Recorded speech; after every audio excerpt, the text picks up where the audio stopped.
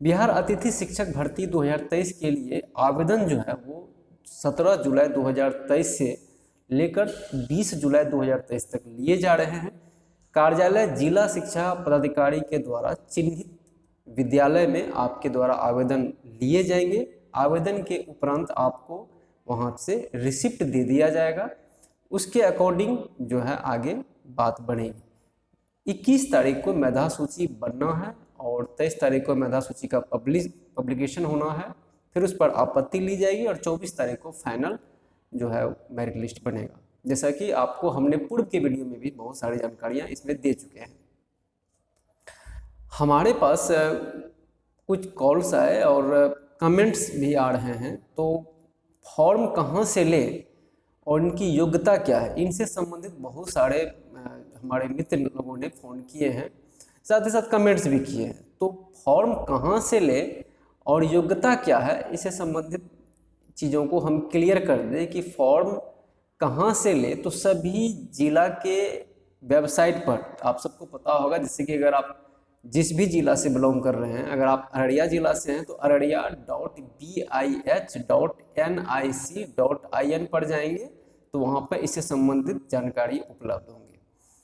आप जिस भी, जैसे मुजफ्फरपुर जिला जो है इस मामले में बहुत एक्टिव दिखाया है और उन्होंने तुरंत जो है इनसे संबंधित चीज़ें जो है वेबसाइट पर अपलोड कर दी है। तो मुजफ्फरपुर.bih.nic.in पर सारे इनसे जिले में जितनी भी रिक्तियाँ हैं उनसे जुड़े सारे PDF जो है वो डाल दिए हैं। साथ ही साथ आवेदन के प्रारूप को भी उन्होंने डाल दिए हैं। आप वहां से आवेदन के प्रारूप को डाउनलोड कर सकते हैं और वही आवेदन का प्रारूप आप सभी जिलों में जहां जहां आपको लगता है कि हमें आवेदन करना चाहिए वहां वही फॉर्मेट के आधार पर आप फॉर्म फिलअप कर सकते हैं।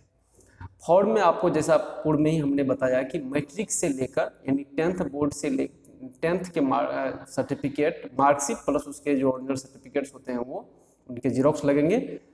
तो वहाँ से 10th से लेकर आपको PG तक, साथ B.Ed के और साथ ही साथ STT के लगेंगे। आपको रेसिडेंशियल विथ कास्ट सर्टिफिकेट देने होंगे। अगर आप रिजर्वेशन कैटेगरी में आते हैं तो रेसिडेंशियल आपको देना ही होगा, क्योंकि बिहार के स्टूडेंट्स ही इसमें एलिजिबल हैं। तो ये चीज़ें इसमें क्लियर हो गई। फॉर्म कहाँ से लेंगे, योग्यता के जहाँ तक बात है, योग्यता क्या है, तो मैं आपको फिर से बता दूं कि अगर आप स्नातकोत्तर प्लस B.Ed है, साथ ही साथ STT पेपर 2 में आप क्वालिफाई हैं तो आपको प्रायोरिटी दी जाएगी। अगर आप STT पेपर 2 क्वालिफाई नहीं भी हैं तो भी आप फॉर्म को फिलअप कर सकते हैं। लेकिन आपको ये ध्यान रखना होगा कि अगर आपसे ऊपर STT पेपर 2 वाले आते हैं आपके मेरिट लिस्ट में तो आपको घबराने की कोई ज़रूरत नहीं, क्योंकि उसको प्रायोरिटी दी जाएगी। तो योग्यता भी हमने आपको क्लियर कर दिया और फॉर्म कहाँ से ले ये भी क्लियर हो गया, आप वहाँ से डाउनलोड कर सकते हैं। सबसे जो एक यक्ष प्रश्न है कि बिहार गेस्ट टीचर, ये जो बिहार सरकार ने अनंत फनन में लाया गया है, और आप जैसा कि पता होगा कि BPSC टीचर रिक्रूटमेंट एग्जामिनेशन सामने में है, अगस्त में 24 से 27 अगस्त उनका शेड्यूल बना हुआ है। इनके बावजूद ऐसी क्या हड़बड़ी थी कि बिहार गवर्नमेंट ने इस तरह के डिसीजन लिए। एक्चुअली में उनको इस तरह का लगा कि एक तो +2 में वैकेंसी ज़्यादा है, उसके कंपैरिजन जो है अप्लाई कम हुए थे और बच्चों की पढ़ाई बाधित न हो, इनको ध्यान में रखते हुए ये अनंत फनन में जो रिक्त सीटें 1113 थी उनको भरने के लिए ये कदम उठाया, जो कि सराहनीय कदम है। अब इनका भविष्य क्या होगा, ये सबसे महत्वपूर्ण चीज़ें सामने आती हैं। तो इनका भविष्य को लेकर हम आपको क्लियर बता दें कि आप जब भी इसके योगदान हेतु आपको नियोजन पत्र मिलेंगे उस पर स्पष्ट लिखा रहेगा कि जब आप किस जगह अस्थायी नियोजन हो जाएगा, अस्थायी नियुक्ति हो जाएगी, तो स्वतः आपका पद जो है वो स्वतः समाप्त हो जाएगा। आपके जगह फ्रेश नियुक्ति जो इस कैंडिडेट की होगी वो आ जाएंगे और आप विद्यालय से आपको बाहर जाना पड़ेगा, ये इसमें लिखा रहता है। लेकिन होता क्या है एक्चुअली में कि 2018 में जो पहला फेज का जो गेस्ट टीचर बहाली आई बिहार गवर्नमेंट ने निकाला, उनके अकॉर्डिंग 4000 समथिंग वैकेंसी थी, जिसमें कि 3000 से भी ज़्यादा फॉर्म भरे, उसमें इतना जो है बच गए थे। तो भविष्य को लेकर आप लोगों ने इससे पूर्व में जो 18 में नियुक्तियाँ हुई है उनके द्वारा बहुत बार प्रोटेस्ट किया गया कि उनके हक दिया जाए, कि उन्हें नियुक्ति में या फिर नियोजन में कुछ रास्ता दिया जाए ताकि वो लोग भी परमानेंट नियोजन में आ पाए।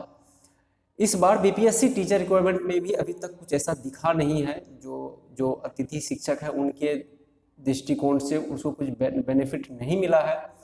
लेकिन चूंकि राज्य सरकार के द्वारा यह निर्णय लिया गया है और शिक्षक भर्ती हमेशा से राजनीति से प्रेरित रहते हैं, उनमें देखा जाता है कि जब भी कोई सरकार जिसमें रहती है वो चाहती है कि हम इनके लिए बेहतर करें, फिर विपक्ष हैं तो वो चाहती है कि बेहतर करें, तो आपको इससे बेनिफिट मिल सकता है।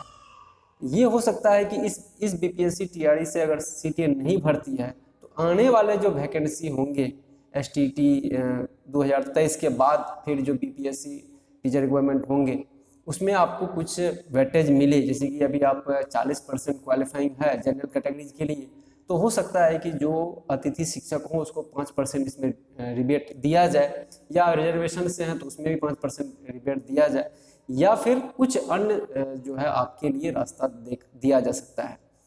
तो कुल मिला के आपके लिए सरकारी विद्यालयों में प्रवेश करने का एक माध्यम है, सरकारी सिस्टम में आपको प्रवेश करने का माध्यम है, बिहार सरकार के शिक्षा विभाग में आपको प्रवेश करने का एक माध्यम देती है गवर्नमेंट।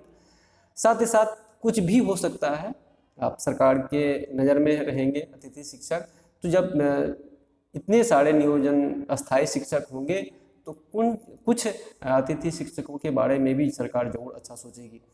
तो निश्चित तौर पर इनका भविष्य कहा जाए तो उज्जवल ही है, और ऐसा उज्जवल ही है क्योंकि अन्य राज्यों की अगर तुलना करें, जैसे दिल्ली गवर्नमेंट ने जो है अतिथि शिक्षकों को परमानेंट कर दिया, बाकी उत्तराखंड गवर्नमेंट ने भी इस तरह का निर्णय लिया था, बाकी राज्यों में भी छिटपुट वैकेंसी आती है गेस्ट टीचर्स के लिए, फिर वहाँ पे बहाली होती है, बाद में उनको रिबेट मिलता है और फिर वो अस्थायी हो जाते हैं। तो कुल मिला के देखा जाए तो भविष्य इसका उज्जवल है, और आपको अगर हो जाता है तो इसमें बट लेकिन किंतु परंतु नहीं करना चाहिए, आपको योगदान अवश्य करना चाहिए। फिर आप बीपीएससी टीचर रिक्वायरमेंट के लिए आप प्रिपरेशन में लग ही जाएं, क्योंकि अगर आप एसटीटी पेपर 2 है तो आपको हर हाल में क्वालिफाई करना ही होगा अगर आप चाह रहे हैं इसमें आप परमानेंट नियुक्ति पाएँ। तो आई होप कि बिहार गेस्ट टीचर वैकेंसी 2023 जो अभी कमिंग चल रहा है, आवेदन इनके 17 से लेकर 20 तारीख तक चलेंगे, हम आपके लिए लगातार बिहार गेस्ट टीचर संबंधित अपडेट देते रहेंगे। आप बने रहें हमारे यूट्यूब चैनल पर, और अगर आप पहली बार हमारे चैनल पर आए हैं तो चैनल को सब्सक्राइब जरूर करें, अपने फ्रेंड्स को शेयर करें।